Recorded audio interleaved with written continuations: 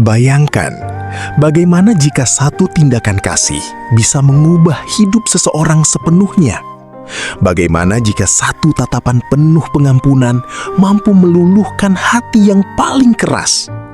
Inilah kisah seorang pria muda yang dulu penuh amarah, namun kemudian justru dikenang sebagai pelindung bagi mereka yang menderita penyakit berat. Namanya Santo Peregrinus Laziosi.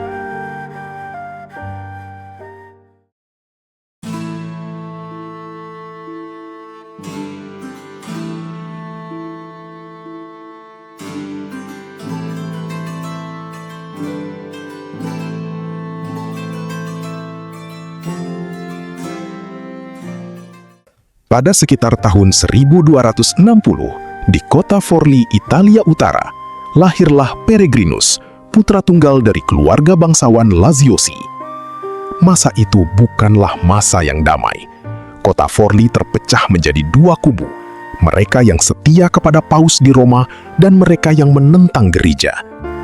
Keluarga Peregrinus berada di pihak yang menentang. Sebagai seorang pemuda, ia tumbuh dengan semangat keras, penuh emosi, dan tanpa disadari, hatinya mulai dipenuhi kebencian.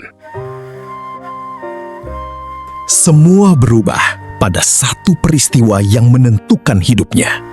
Pada tahun 1283, Paus mengutus Santo Filipus Benizi untuk mendamaikan konflik di Forli. Namun usaha damai itu ditolak dengan keras. Saat Santo Filipus berkhotbah, kerumunan menjadi ricuh. Di tengah kekacauan itu, Peregrinus yang saat itu berusia 18 tahun maju dengan penuh amarah dan meninju Santo Filipus hingga jatuh. Namun yang terjadi setelahnya sungguh di luar dugaan. Santo Filipus tidak membalas.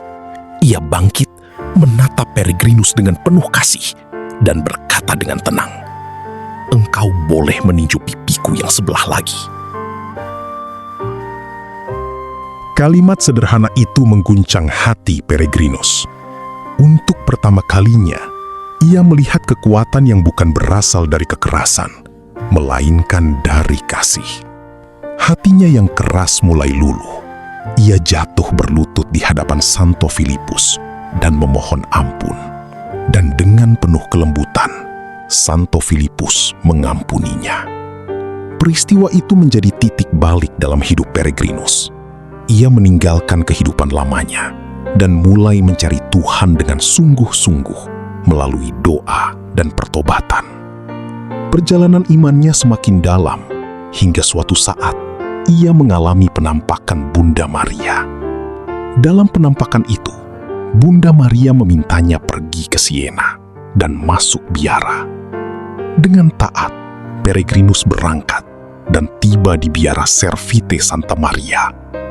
Di sana, ia kembali bertemu dengan Santo Filipus Benizi, orang yang pernah ia aniaya. Namun kali ini, ia disambut dengan penuh kasih. Tanpa dendam, tanpa luka, hanya cinta yang tulus. Di dalam biara, Peregrinus menjalani hidup yang baru. Ia hidup dalam doa, mati raga, dan belajar dengan tekun. Semua dijalaninya dengan penuh penyesalan, sekaligus harapan untuk menjadi pribadi yang lebih baik.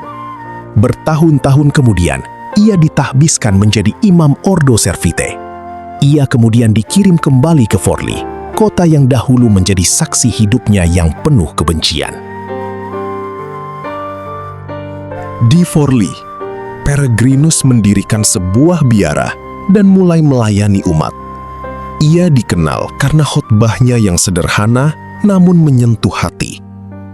Ia juga mengabdikan diri kepada orang sakit dan kaum miskin. Hidupnya berubah total. Dari seorang pemuda keras, ia menjadi pribadi yang penuh belas kasih.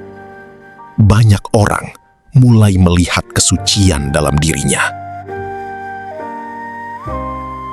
Namun, hidupnya kembali diuji ketika ia jatuh sakit. Ia menderita kanker di kakinya. Rasa sakit yang ia alami sangat luar biasa. Para dokter memutuskan bahwa satu-satunya cara untuk menyelamatkan nyawanya adalah dengan mengamputasi kakinya. Malam sebelum operasi menjadi momen yang sangat berat. Dalam keheningan, Peregrinus berdoa dengan sungguh-sungguh kepada Yesus yang tersalib, menyerahkan seluruh hidupnya tanpa syarat. Pada malam itu, sebuah mukjizat terjadi. Dalam tidurnya, ia bermimpi melihat Yesus di atas salib, mengulurkan tangan dan menyentuh kakinya yang sakit. Sentuhan itu penuh kasih dan kuasa. Ketika ia bangun keesokan harinya, rasa sakit itu hilang. Dokter yang memeriksanya tidak menemukan lagi tanda-tanda kanker.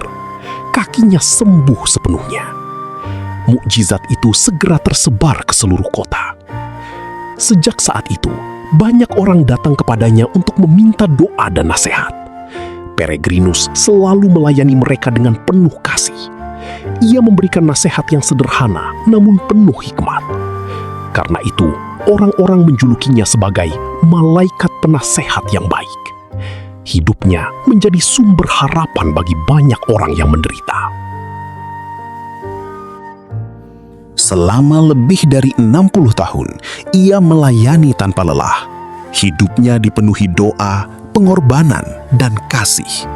Hingga akhirnya, sekitar tahun 1345, ia wafat pada usia 85 tahun. Ribuan orang datang untuk memberikan penghormatan terakhir. Bahkan, beberapa orang yang sakit dilaporkan mengalami kesembuhan saat menghadiri pemakamannya. Hingga hari ini, Santo Peregrinus dikenal sebagai pelindung bagi para penderita penyakit berat, terutama kanker. Banyak orang berdoa melalui perantaraannya dan merasakan kekuatan, penghiburan, bahkan kesembuhan. Kisah hidupnya menjadi bukti bahwa tidak ada masa lalu yang terlalu gelap bagi Tuhan untuk diubahkan. Kisah Santo Peregrinus mengajarkan kita bahwa satu tindakan kasih bisa mengubah segalanya. Bahwa pengampunan memiliki kekuatan yang luar biasa, dan bahwa iman yang disertai penyerahan total kepada Tuhan mampu menghadirkan mukjizat. Mungkin hari ini kita pun diajak untuk bertanya dalam hati, apakah kita masih menyimpan kemarahan, ataukah kita siap untuk berubah? Karena seperti Peregrinus, setiap kita diberi kesempatan untuk memulai kembali. Dan siapa tahu, perjalanan hidup kita pun suatu hari bisa menjadi kesaksian yang menguatkan banyak orang. Apabila kisah ini menginspirasi Anda, jangan lupa bagikan dan subscribe channel Sahabat-Sahabat Yesus agar banyak orang mengetahui kisah-kisah santo dan santa dalam Gereja Katolik. Semoga Tuhan memberkati kita semua.